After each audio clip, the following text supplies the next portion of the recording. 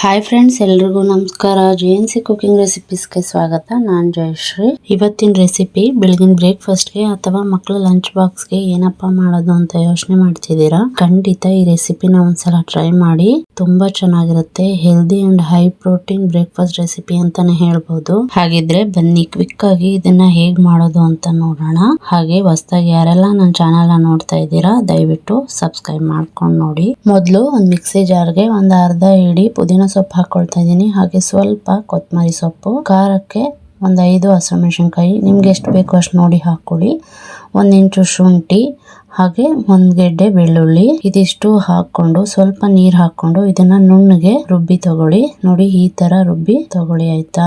Next ಈ ಕಡೆ stove ಮೇಲೆ ಒಂದು ಪ್ಯಾನ್ ಇಟ್ಕೊಂಡು, ಪ್ಯಾನ್ ಬಿಸಿ ಆದ್ಮೇಲೆ 1-2 ಟೇಬಲ್ ಸ್ಪೂನ್ ಎಣ್ಣೆ ಹಾಕೊಂಡು, ಎಣ್ಣೆ ಬಿಸಿ ಆದ್ಮೇಲೆ ಇಲ್ಲಿ ಪನ್ನೀರ್ ಹಾಕೊಳ್ತಾ ಇದ್ದೀನಿ. ಸುಮಾರು ಒಂದು 100 ಗ್ರಾಮ್ ಪನ್ನೀರ್ ತಗೊಂಡಿದ್ದೀನಿ. ನೆಕ್ಸ್ಟ್ ಇದನ್ನ ಎಲ್ಲಾ ಸೈಡು ಈ ತರ ಗೋಲ್ಡನ್ ಕಲರ್ ಬರೋವರೆಗೂ ಚೆನ್ನಾಗಿ ಫ್ರೈ ಮಾಡ್ಕೊಳ್ಬೇಕು. ನೋಡಿ, ಈ ತರ ಎಲ್ಲಾ ಸೈಡು ಫ್ರೈ ಮಾಡ್ಕೊಂಡು ಒಂದು ತಟ್ಟೆಗೆ ತೆಗೆದಿಟ್ಕೊಳ್ತಾ ಇದ್ದೀನಿ. ಪನ್ನೀರ್ ತೆಗೆದಿಟ್ಕೊಂಡಿದ ನಂತರ ಅದೇ ಪ್ಯಾನ್ಗೆ ಪಲಾವ್ ಸ್ಪೈಸಸ್ ಹಾಕೊಳ್ತಾ ಇದ್ದೀನಿ. ನಾನಿಲ್ಲಿ ಚಕ್ಕೆ, ಲವಂಗ, ಏಲಕ್ಕಿ ಇದಿಷ್ಟೇ ಹಾಕೊಂಡಿರೋದು. ಇದು ಸ್ವಲ್ಪ ಫ್ಲೇವರ್ ಬಿರೋವರೆಗೂ ಸ್ವಲ್ಪ ಫ್ರೈ ಮಾಡಿಕೊಂಡು, ನೆಕ್ಸ್ಟು ಒಂದು ಮೀಡಿಯಮ್ ಸೈಜ್ ಈರುಳ್ಳಿನ ಈ ಥರ ಸಣ್ಣದಾಗಿ ಕಟ್ ಮಾಡಿ ಹಾಕ್ಕೊಳ್ತಾ ಇದ್ದೀನಿ. ಈರುಳ್ಳಿ ಸ್ವಲ್ಪ ಕಲರ್ ಚೇಂಜ್ ಆಗಿ ಗೋಲ್ಡನ್ ಕಲರ್ ಬರೋವರೆಗೂ ಫ್ರೈ ಮಾಡಿಕೊಂಡ್ರೆ ಸಾಕು. ನೋಡಿ, ನಾನಿಲ್ಲಿ ಮತ್ತೆ ಎಣ್ಣೆ ಸೇರಿಸಿಲ್ಲ. ಮುಂಚೆ 2 ಸ್ಪೂನ್ ಎಣ್ಣೆ ಹಾಕ್ಕೊಂಡಿದ್ನಲ್ಲ, ಅದೇ ಎಣ್ಣೆಲ್ಲೇ ಫ್ರೈ ಮಾಡ್ಕೊಳ್ತಾ ಇದ್ದೀನಿ. ಇವಾಗ ಇದಕ್ಕೆ ರುಚಿಗೆ ತಕ್ಕಷ್ಟು ಉಪ್ಪು, ಹಾಗೆ ಒಂದು 1/4 ಟೀ ಸ್ಪೂನ್ ಅಡುಗೆ ಅರಿಶಿನ ಹಾಕ್ಕೊಂಡು ಚೆನ್ನಾಗಿ ಒಂದ್ಸಲ ಫ್ರೈ ಮಾಡ್ಕೊಳ್ಳಿ.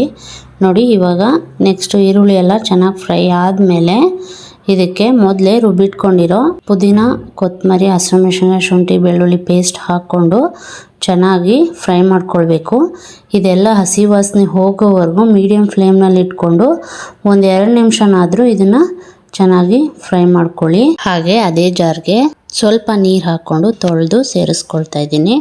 ನೀರು ಹಾಕ್ಕೊಂಡು ಮತ್ತೊಂದು ಸಲ ಚೆನ್ನಾಗಿ ಇದನ್ನು ಫ್ರೈ ಮಾಡ್ಕೊಳ್ಳಿ. ನೋಡಿ, ಇದು ಎಲ್ಲ ಇವಾಗ ಚೆನ್ನಾಗಿ ಕುದೀತಾ ಇದೆ.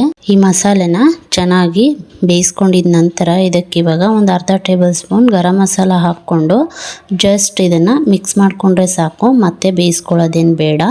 ಇವಾಗ ಈ ಮಸಾಲೆ ಎಲ್ಲ ಚೆನ್ನಾಗಿ ರೆಡಿ ಆಗಿದೆ. ಇವಾಗ ಇದಕ್ಕೆ ಮೊದಲೇ ರೆಡಿ ಮಾಡಿ ಇಟ್ಕೊಂಡಿರೋ ಅನ್ನ ಹಾಕ್ಕೊಳ್ತಾ ಇದ್ದೀನಿ. ನೋಡಿ, 1 ಕಪ್ನಷ್ಟು ಅನ್ನ ಹಾಕ್ಕೊಳ್ತಾ ಇದ್ದೀನಿ. ನಿಮಗೆ ಎಷ್ಟು ಕ್ವಾಂಟಿಟಿ ಬೇಕೋ ಅಷ್ಟು ನೋಡಿ ಹಾಕ್ಕೊಳ್ಳಿ.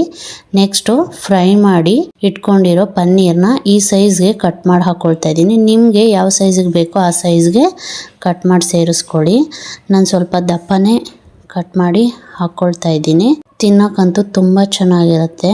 ಇದನ್ನು ಚೆನ್ನಾಗಿ ಒಂದ್ಸಲ ಮಿಕ್ಸ್ ಮಾಡ್ಕೊಳ್ಬೇಕು. ಮಸಾಲೆ ಎಲ್ಲ ಚೆನ್ನಾಗಿ ಹೊಂದ್ಕೊಳ್ಳೋ ಥರ ಮಿಕ್ಸ್ ಮಾಡಿಕೊಂಡು ಕೊನೆಯಲ್ಲಿ ಇದಕ್ಕೆ 1 ಟೇಬಲ್ ಸ್ಪೂನ್ ತುಪ್ಪ, ಹಾಗೆ ಒಂದು ಅರ್ಧ ಹೋಳು ನಿಂಬೆಹಣ್ಣ ಈ ಥರ ಹಿಂಡ್ಕೊಂಡು ಕೊನೆಯಲ್ಲಿ ಒಂದ್ಸಲ ಮಿಕ್ಸ್ ಮಾಡ್ಕೊಂಡ್ಬಿಟ್ರೆ ರುಚಿಯಾದ ಹಾಗೆ ಹೆಲ್ದಿ ಮತ್ತು ಮಕ್ಕಳಿಗಂತೂ ತುಂಬ ಇಷ್ಟ ಆಗುವಂತಹ ಪುದೀನ ಪನ್ನೀರ್ ರೈಸ್ ರೆಡಿಯಾಗಿ ಹೋಗ್ಬಿಡುತ್ತೆ.